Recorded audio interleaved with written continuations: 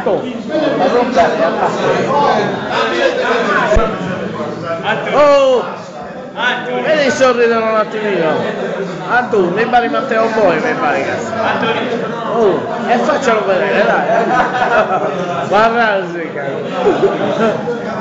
non capisco il cazzo. No, sparo,